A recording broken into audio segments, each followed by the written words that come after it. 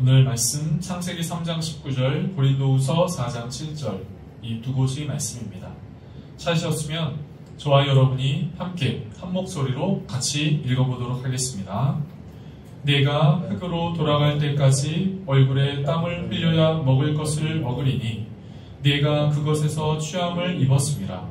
너는 흙이니 흙으로 돌아갈 것이니라 하시니라. 아멘. 고린도후서 말씀입니다. 우리가 이 보배를 질그릇에 가졌으니 이는 심히 큰 능력은 하나님께 있고 우리에게 있지 아니함을 알게 하려 함이라. 아멘.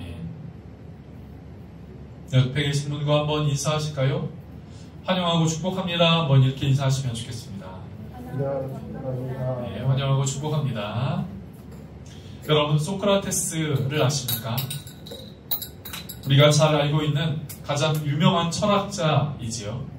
그리고 여러분, 소크라테스가 한 많은 말 중에 너 자신을 알라 라고 하는 말을 여러분 아십니까? 여러분, 이 말을 아신다면 여러분은 너 자신을 알라 라고 하는 이 말을 여러분은 어떻게 사용하십니까?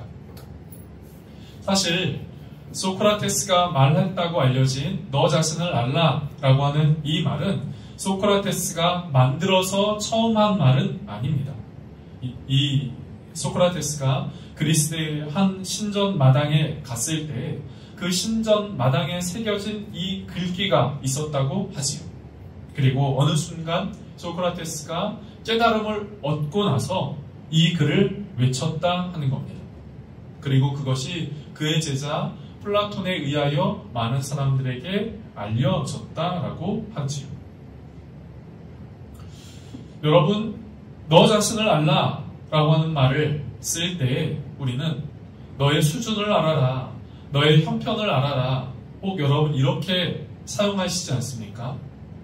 그런데 사실 소크라테스가 말하고 알려진 이 소크라테스가 깨달음을 얻고 말한 이 말은 사실 정확하게 이야기를 한다면 이 말은 너는 신이 아니라 인간임을 깨달아 알아라 라고 하는 의미를 갖고 있다고 합니다.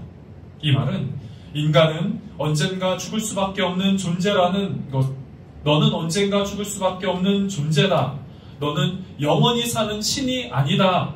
그러니 너 자신을 알아라 라고 하는 의미가 있다고 하죠.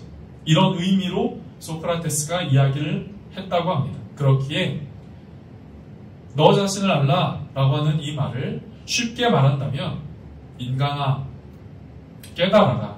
너는 신이 아님을 이렇게 말을 할 수 있습니다. 너는 신이 아님을 알아라. 너의 수준, 너 자신을 알아라 하는 것이죠. 우리가 조금 전 교회 소식에서 나누었던 것처럼 이번 주 수요일부터 사순절이 시작됩니다. 사순절이란 부활주일부터 역순으로 하여서 주일을 제외하고 40일간의 기간을 이야기를 하지요. 교회에서는 전통적으로 이 사순절에는 오락이나 즐거움을 추구하는 그런 것들을 잠시 멈추고 주님의 고난을 묵상하면서 금요, 절제 그렇게 하면서 주님을 더 생각하고 나 자신을 돌아보는 그런 절기로 이 사순절을 보냅니다. 그런데 이런 사순절의 첫날을 가리켜 여러분 제의 수요일이라고 이야기를 합니다. 제의 수요일. 여러분 이 단어가 조금 어색하시죠? 여러분 앞에 보시면 우리 현수막에도 이렇게 나와 있지요? 제의 수요일. 사순절의 첫날을 가리켜 제의 수요일이라 이렇게 이야기를 합니다. 부활주일부터 주일을 제외하고 역순으로 40일을 돌이켜보니 항상 수요일에 시작해서 수요일이라고 하는 것은 알겠는데 그 앞에 제의 수요일이라 하는 것은 왜 굳이 붙일까요? 간혹 교회마다 그런 예식을 중요하게 여기는 예식을 잘하는 교회가 있습니다. 그런 예식을 중요시하는 교회는 주로 이 제의 수요일에 이런 행사를 합니다. 올리브나무를 태워요. 사전에 올리브나무를 태웁니다. 그리고 그 재를 기름에 섞습니다. 기름에 섞어서 회중석에 앉아있는 성도님들이 한 분 한 분 앞으로 오게 하여서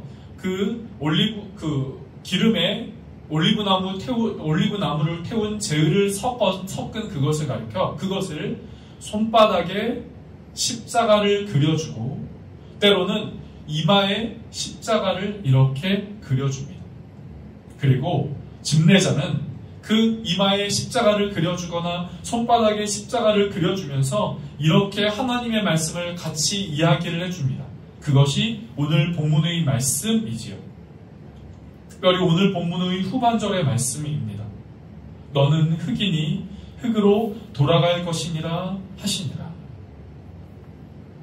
쉽게 이야기를 한다면 너는 흙이다 하는 것을 강조하고 말하고자 하는 것이죠. 쉽게 말한다면 너는 흙으로 지음받았고 너는 흙으로 돌아갈 것이다 하는 것을 말해주는 것이죠. 그것을 기억하게 해주는 겁니다. 그것을 강조하여서 그것을 상기시켜주는 것이지요.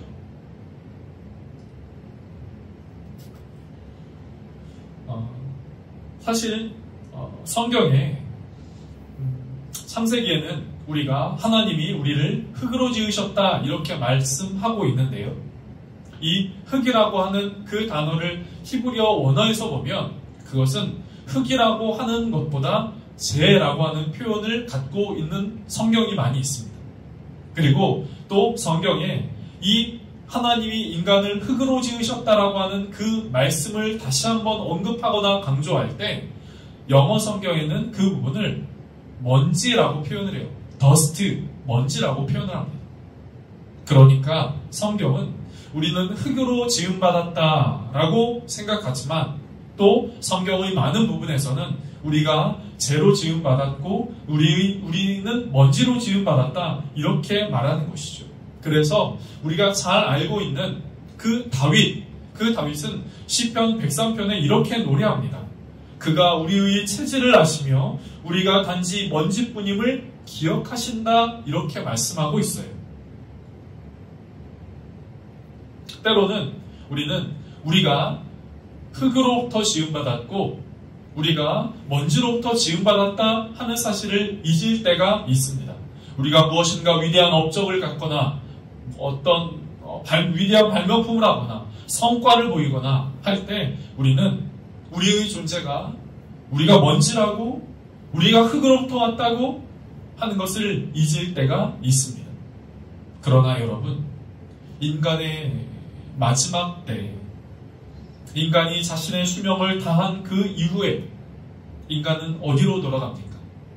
인간은 흙으로 돌아가는 것이죠. 흙으로부터 왔다가 흙으로부터 흙으로 돌아가는 존재. 먼지로부터 우리가 생성되었다가 또 다시금 돌아가는 그 존재인 것을 성경은 그리고 인간의 지혜는 우리에게 말씀하고 있는 것이죠. 그렇기에 사순절의 첫날 제의수요일을 지키는 것은 우리가 엄청난 대단한 사람이기도 하지만 우리가 소중하고 보배롭고 귀한 사람이기도 하지만 우리의 체질, 우리의 본질은 우리가 흙으로부터 왔고 우리가 먼지로부터 왔다라는 것을 기억하고 상기시켜주는 것이죠. 그런데 여러분, 동시에 말입니다. 동시에 연약한 흙, 연약한 먼지와 같은 우리가 어떻게 그렇다면 영원한 생명을 얻게 되었습니까? 창세기 2장 7절은 이렇게 말씀하고 있어요. 제가 한번 읽어볼게요. 여호와 하나님이 땅의 흙으로 사람을 지으시고, 여기까지는 우리가 계속 봤지요. 여호와 하나님이 땅의 흙으로 사람을 지으시고 생기를 그 코에 불어넣으시니 사람이 생명이 된지라. 하나님이 인간을 지으시고 그리고 그 코에 생기를 불어넣으셨으니 그 사람이 생명이 된지라 라고 말씀하고 있는 겁니다. 흙으로 된 존재가, 흙이 된 흙으로 만들어진 존재가 생명이 되었다 하는 것이죠. 사랑하는 여러분, 여기에 신비한 것이 있습니다. 여기에 은혜가 있지요. 여러분, 우리의 삶을 살아가다 보면 우리가 연약함이 드러날 때가 있습니다. 부족함이 드러날 때가 있지요. 연약한 존재이구나. 내가 내 스스로에 대하여 그렇게 이야기할 때가 있다고 하는 겁니다. 그런데 바로 연약한 흙과 같은, 연약한 먼지와 같은 바로 그 나를 위해 주님이 생명을 불어넣어 주셨다 하는 겁니다. 하나님이 생명을 불어넣어 주셨다 하는 것이지요. 그래서 우리가 살아갈 수 있게 된 겁니다. 그런데 성경에서 또 하나 중요하게 주는 메시지, 그것은 생명이 된 우리를 위하여 주님이 십자가를 지셨다 하는 것입니다. 한없이 부족하고 한없이 연약한 나를 위해 주님이 십자가를 지었다 하는 것이죠. 여러분, 이렇게 느껴본 적 있으십니까? 난 정말 약한 존재야. 난 부족함이 있는 존재야. 라고 하는 것을 느껴본 적이 있으십니까? 제가 감리교에서는 매년 3월 말 혹은 4월 달에 연회가 시작됩니다. 연회가 있습니다. 특별히 부활주일이 있는 그 주간에 연회가 있고요. 그 연회에는 목회자 후보생들이 목회자로서 안수를 받게 됩니다. 그러니까 금년에도 이렇게 이 봄에 연회가 있고, 이제 그 연회 때 많은 목회자 후보생들이 이제 안수를 받게 되죠.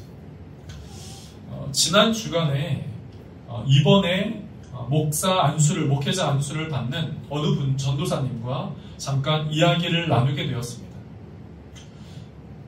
안수를 받는 소감이 어떠세요? 그러자 그 전도사님은 약 한 달, 아니죠. 한 40일 정도 남은 50일 정도 남은 그 안수날 되기 전에까지 자기가 어떤 감정이었노라, 자기가 어떤 생각을 갖고 있노라, 이런 것들을 이야기를 해 주었습니다. 그러면서 저도 안수를 받을 때, 목회자 안수를 받을 때 그때의 생각이 갑자기 나더라고요. 저는 2013년 봄에 목사 안수를 받았습니다. 목사 안수를 받을 때 가장 기억에 남는 것은 그 목사 안수를 받는 그 전날이었어요. 그 전날 저녁이었습니다. 저는 그 전까지 목사 안수를 받는 날이 정해지고 나서 이런 고민이 항상 있었어요. 내가 안수를 받아도 되는가? 내가 안수를 받을 만큼, 내가 목사가 될 만큼 나에게 자격이 있는가? 나는 그럴 만한 어떤 존재가 되는가? 하는 것에 대한 스스로의 질문이 있었죠. 그래서 저는 목사 안수를 과정을 다 마쳤음에도 목사 안수 받는 것을 1년 미루고 싶었어요.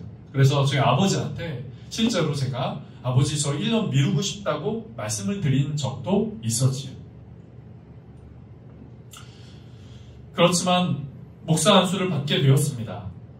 그리고 목사 안수를 받기 전날 저는 또 질문을 하고 또 고민을 하였어요. 내가 이렇게 부족한 사람이고 내가 이렇게 자격 없는 사람인데 내가 목사 안수를 받아도 되는가? 내가 목사가 되어도 되는가? 내가 갖고 있는 부족함이 주님의 사역에 방해가 되지 않을까? 하나님의 영광을 가리는 사람이 되지 않을까? 하나님의 이름을 먹칠하는 사람이 되지 않을까? 저는 이런 고민을 했지요.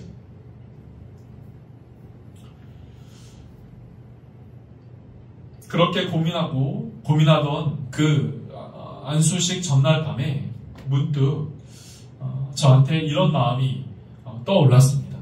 그것은 내가 너와 함께 할게 하는 마음이었어요. 내가 너와 함께 할게 하는 마음이었습니다. 내가 부족해도, 내가 스스로 부족하다고 생각해도, 너의 연약함이 있다 하더라도 너의 상처가 있다 하더라도 내가 너와 함께 할게 하는 그 마음이 제 안에 생겼던 것이죠. 그 마음은 고민 속에 있던 저에게 주님이 주신 마음으로 느껴졌습니다. 그래서 저는 그 다음날 평안한 마음으로 안수식에 참여할 수 있었지요. 사랑하는 성도 여러분, 혹시 여러분의 삶 가운데도 내 안의 부족함과 또 내 안의 모난 부분과 내 안의 상처와 내 안의 아픔과 내 안의 연약함이, 부족함이 이런 것들이 있어 라고 하는 생각을 갖고 그런 생각을 갖고 계십니까? 혹은 그런 생각이 우리의 마음 가운데 있으십니까? 사랑하는 성도 여러분, 힘들어하고 아파하는 여러분을 위하여 주님이 십자가를 지셨습니다. 능력이 없고 모난 부분도 많고 또 연약함도 많은 여러분을 위하여 예수님이 십자가를 지셨습니다. 그렇기에 우리의 연약함은 연약함 있는 그대로 우리에게 그대로 있는 것이 아니라, 상처와 아픔은 우리에게 그대로 있는 것이 아니라 그 상처와 아픔과 연약함과 부족한 모든 것을 십자가 앞에 내려놓을 수 있게 되는 것이지요. 사랑하는 성도 여러분, 우리는 연약한 존재입니다. 왜요? 우리는 흙으로 지음받았기 때문에요. 그러나 바로 그런 저와 여러분을 위하여 주님이 십자가를 지셨습니다. 우리를 온전하게 하시는 그 십자가, 우리를 온전하게 하시는 그 하나님의 사랑이 우리에게 임하게 되는 것이죠. 오늘 함께 읽은 본문 고린도후서 4장 7절 말씀, 고린도후서 4장 7절 말씀 다시 한번 읽어보실까요? 저와 여러분이 같이 한번 읽어보도록 하겠습니다. 고린도후서 4장 7절 말씀입니다. 같이 읽어보겠습니다. 우리가 이 보배를 질그릇에 가졌으니 이는 심히 큰 능력은 하나님께 있고 우리에게 있지 아니함을 알게 하려 함이라. 아멘. 여러분, 오늘 본문에 등장하는 그 단어 중 하나는 질그릇입니다. 여러분, 질그릇이란 어떤 그릇입니까? 단순하게 설명하면 쉽게 깨어지는 그릇입니다. 연약함을 갖고 있는 그릇이에요. 부족함을 갖고 있는 그릇입니다. 쉽게 깨지는 그릇이에요. 저는 그 그릇이 바로 저와 여러분과 같다고 이야기를 하고 싶습니다. 그런데 그 질그릇에 무엇이 담겨 있습니까? 보배가 담겨 있어요. 그 안에 보배가 담겨 있습니다. 그러면 그 보배로 인하여 그 큰 능력은 하나님께로부터 우리에게 임하게 되는 것이죠. 우리의 질그릇은 깨지지 않게 되는 겁니다. 깨졌더라도 회복하게 되는 겁니다. 그리고 그 깨졌더라도 회복하게 되는 그 능력, 강하게 되는 능력, 온전하게 되는 그 능력, 그것은 주님이 우리 안에 거하시고 주님이 우리를 위하여 주님 우리와 함께 하시고 주님이 우리를 위하여 십자가를 지신 것이기 때문인 것이죠. 사랑하는 성도 여러분, 저는 오늘 이렇게 말씀을 드리고 싶습니다. 주님이 우리를 위하여 십자가를 지셨습니다. 그렇기에 우리는 더 이상 쉽게 깨어지는 질그릇과 같은 존재가 아니라 우리의 그릇은 견고해지고 단단해지고 새롭게 되어지고 온전하게 되어지는 그 그릇이 된다 하는 것이죠.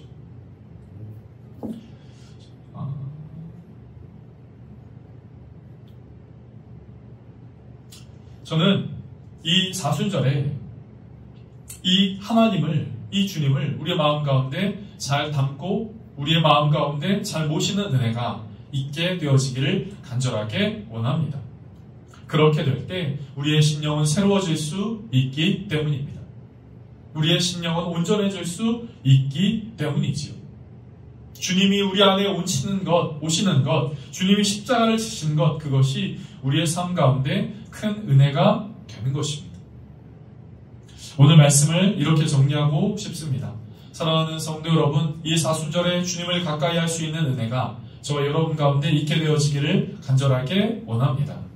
여러분, 우리 자신의 모습 때문에, 우리 자신의 연약함 때문에, 우리 자신의 부족함 때문에 힘들어하기보다 바로 그때 주님을 우리의 마음 가운데 모시고 우리의 마음 가운데 모신 주님으로 인하여 우리의 심령이 새롭게 되어지는 이 사순절이 되시기를 주님의 이름으로 축복합니다.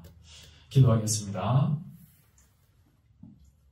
좋으신 하나님, 금년에도 우리에게 귀한 사순절을 허락하여 주시니 감사합니다. 주님, 이 사순절을 통하여 우리 안에 먼저 기억하게 하여 주옵소서. 주님, 우리는 흙과 같이 연약한 존재라는 것을 알게 해 주옵소서. 흙으로부터 왔다가 흙으로 돌아갈 존재임을 알게 하여 주시옵소서. 주님, 흙으로 왔기에 우리는 연약함과 또 부족함을 갖고 있습니다. 쉽게 깨어지기도 합니다. 주님, 그러나 우리의 그 질그릇이 새롭게 되어지고 우리의 질그릇이 강하게 되어지고 우리의 질그릇이 온전하게 될 수 있는 것은 주님이 우리 안에 거하시기 때문인 것을 봅니다. 주님, 이 사순절에 주님을 우리의 마음 가운데 모시는 은혜가 있게 하여 주시옵소서. 특별히 하나님의 말씀을 필사하며 대할 때 그 하나님의 말씀에 대한 감격이 우리 안에 있게 하여 주시고 저녁 기도회를 통하여 하나님께 더 가까이 나아갈 수 있는 은혜가 있게 하여 주시옵소서. 주님, 그래서 주님을 우리 안에 모시며 새롭게 되어지는 은혜가 우리 모두의 삶 가운데 있게 하여 주시옵소서. 감사하고 축복하며 예수님의 이름으로 기도드립니다. 아멘.